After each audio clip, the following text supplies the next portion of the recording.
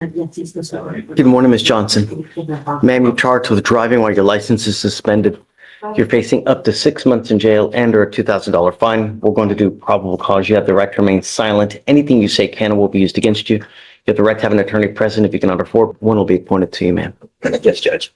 On February 6, 2025, the officer observed a vehicle with an unreadable temporary tag and initiated a traffic stop. The officer made contact with the defendant, the driver and sole occupant of the vehicle, and the defendant stated her license plates were in the vehicle, but she did not put them on yet. The officer ran the plates and did a person check, and the return showed the defendant had been issued a Texas driver's license, but it had been expired since 2015 and was not eligible for renewal. The defendant had 7 previous DWI convictions and an open warrant for DWI. 7 prior DWI convictions, and now she had an open warrant for one? DWI, yes. Where? You see, Judge. So she's currently on bond in another county? That's out of an active open warrant for DWI out of Harris County, Texas, and it gives the cause number. I just don't know which court it's in. Can you run her license right now, please? I'll run it, Your Honor.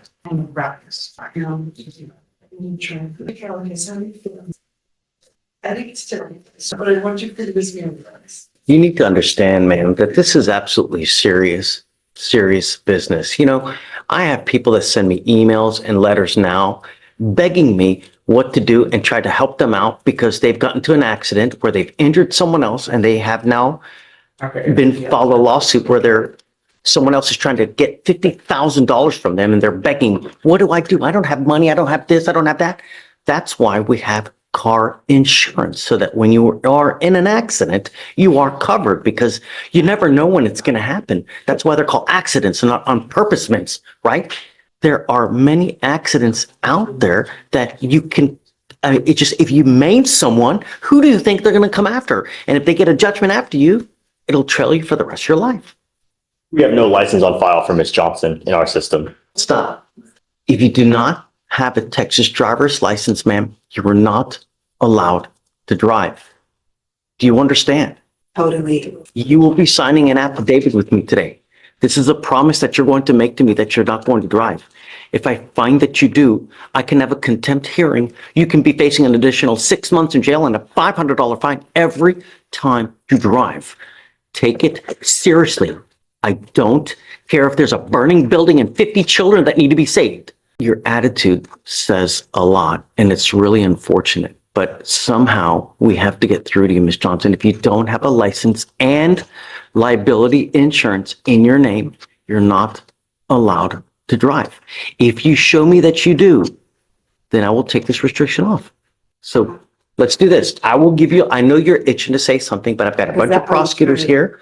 I'll give you a lawyer. You can say your side to the lawyer, but I'm not asking for much. All I'm telling you, if you don't have a license, then don't drive. Do you understand? That's why I did my part. They're not honoring it. It's right there. I did it in November. I'm just waiting on Austin.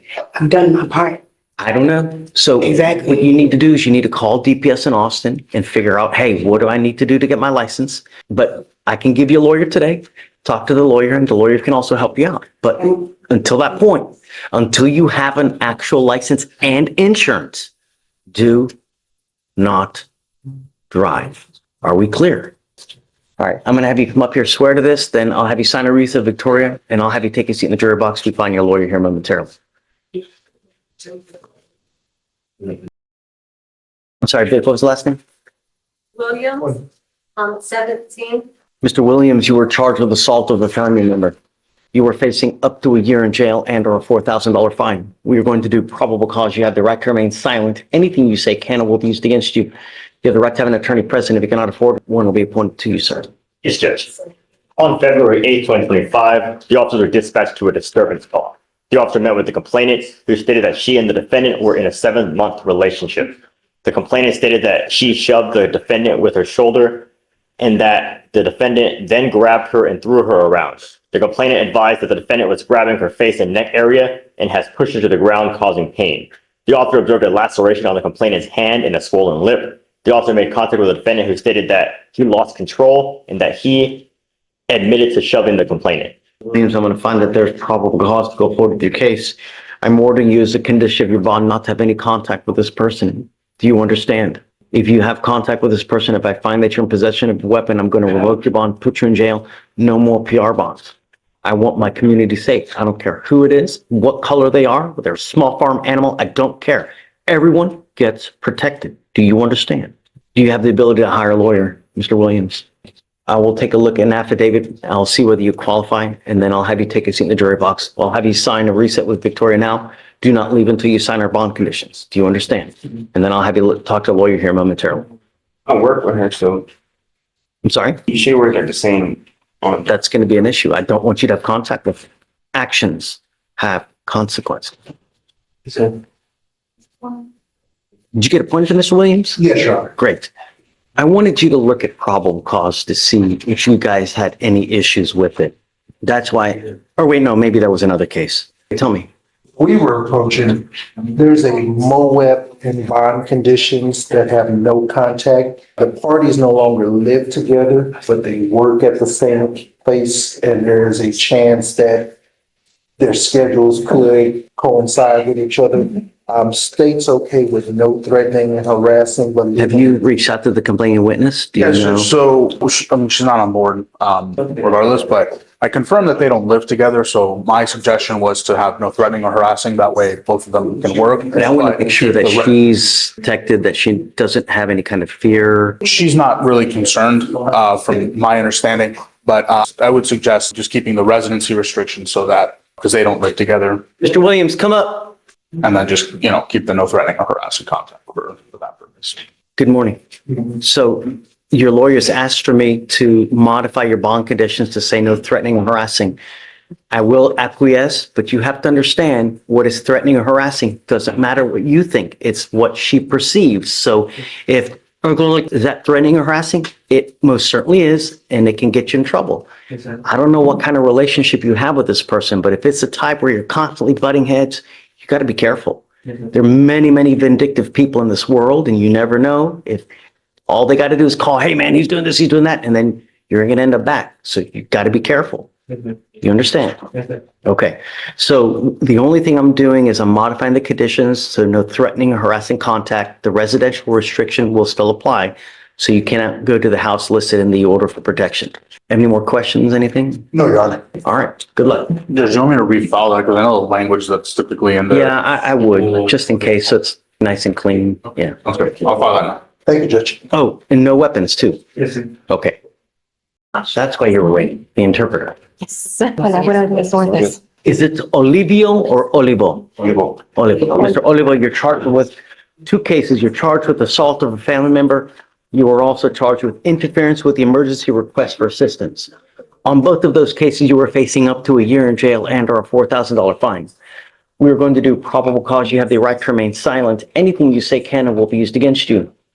You have the right to have an attorney present. If you cannot afford one, will be appointed to you, sir. Yes, Judge. On February 8th, 2025, the officer was dispatched to a disturbance call. Upon arrival, the officer met with the complainant, who stated that she and the defendant are married. The complainant stated that the defendant was trying to forcefully take her phone. The complainant stated that if he did not stop, she would call 911. When calling 911, the defendant grabbed and squeezed the complainant by the wrist, causing pain. The complainant stated that the defendant then took her phone. Okay. Mr. Olivio, I'm going to find that there's probable cause to go forward with the case. On the assault case, it appears that a protective order has been issued. I would get to know it. If you do something to violate this protective order, the state can and probably will file additional charges of violation of a protective order against you. It is one of the worst cases that you can pick up. I don't know what your immigration status is, but if you're not in this country with permission and you go to jail and immigration finds you because they sweep it on a daily basis, they will put an immigration detainer on you and you will be stuck like Chuck in custody until the case is over with and then shipped off to immigration. Do not violate any of the conditions that we put forth. Otherwise, I will put you in jail. And if you're unlucky enough, you could be there for an extremely long time. Do you understand? Yes. Do we know if Alex is no contact has been ordered by the magistrate? Do you know? I do not know, Your Honor. I can check. And do you know So we haven't been able to get a hold of the complainant, but we would still request no contact, Your Honor. But the rip has not been done. No, it was attempted this morning, Your Honor. Okay. I don't know whether the complaining witness wants to have contact with you. Until I know, because I want to honor her wishes, I'm ordering you not to have contact with this person and not to be in possession of weapons. Do you understand? Yes. Things may change later on, but for now, just don't have contact with this person. Don't have any weapons and you will be fine with us. Because you have a lawyer, I will waive your appearance, so you don't have to waste your time coming to court. But you must stay in touch with counsel.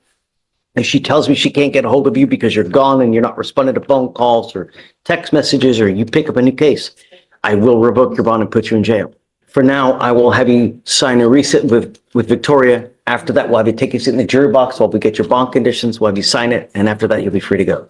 Thank you. Next judge is also on page 1, a head case.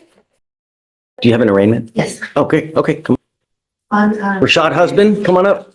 Do you mind filing those conditions on Williams? Yes, Judge. Good morning, Mr. Husband. You are charged with unlawful carrying of a weapon. You are facing up to a year in jail and or a $4,000 fine. We are going to do probable cause. You have the right to remain silent. Anything you say can or will be used against you. You have the right to have an attorney present. If you cannot afford one will be appointed to you. Yes, Judge. On February 9th, 2025, the officer was dispatched to assist the officer call in regards to a shots fired at 1700 Travis Street. The defendant was detained because the officer observed an unidentified individual discharge a firearm, and the defendant was within that group of people. The defendant admitted to the officer that he had 2 ecstasy pills in his right front pocket and that there was an AR pistol in the SUV the defendant was driving. The officer completed a search of the defendant and located 2 methamphetamine pills in his front right pocket, and the defendant informed the officer that he was aware of the AR pistol in the SUV prior to him getting behind the wheel.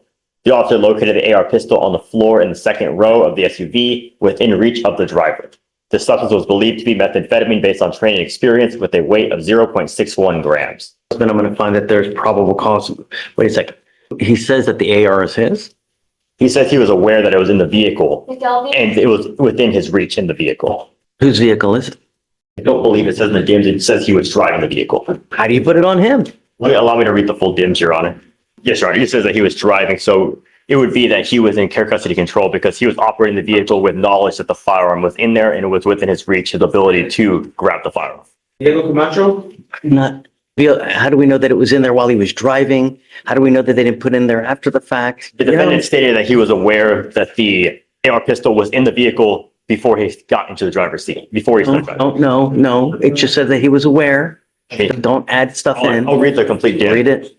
It says the DIM states completely that the defendant informed the affiant, the officer, he was aware the AR pistol was in the SUV prior to him getting behind the wheel, and the defendant informed the officer that the AR pistol could be found in the SUV at the time of his arrest. Are we to assume that it's his? All he says that he knew that it was in there. It's not his car. And Your Honor, just as planned, the pleading is that it was on or about his person. So we're just saying he was in his possession because it was in the vehicle he was operating with knowledge that the AR was in the vehicle as well as it being within Do you even know when he was operating the vehicle? I apologize. What do you mean when he was operating? Was he operating it in the morning, in the afternoon, at 9 o'clock at night? When did all this transpire? What time of day is this? Let me see, Your Honor, because based on the DIMS that I see, it appears that There's a group of people. it appears that the defendant was, according to the DIMS, the defendant was found to be at the wheel of a black GMC. So when the officer arrived, he was observed within the vehicle from what the officer says. Was in the car at the time the cops get there. From what the officer says, that he was observed behind the wheel of the vehicle. To be at the wheel of the black GMC Suburban bearing a license plate number that is in the DIMS. So it, Okay, all right. Mr. Husband, I'm going to find that there's probable cause to go forward with your case. We take it seriously. I want to make sure if there's enough probable cause, that's, So I am ordering you as a condition of your bond not to be in possession of weapons. Do you understand? If I find that you're a danger to my public, I only have one place for you, so don't. That includes everything. Do you understand, Mr. Husband? Do you mind filing no weapons, please? Yes, Judge. You have a lawyer. Because you have a lawyer, I will waive your appearance, but it is your responsibility to stay in touch with them. If they tell me they can't get a hold of you because you're ducking, you're dodging, you pick up a new case, it's not going to go well for you. Do you understand? All right, I'm going to have you sign a receipt, Victoria. We'll have you take a seat in the jury box and get your bond conditions. We'll have you sign it, and then you're free to go. All right, Judge, next is page 4. Edward, come on up. Judge, can you check the right waiting room? Oh man, I had some, yes, I see him. Sorry, I had a lot of windows open. That's okay.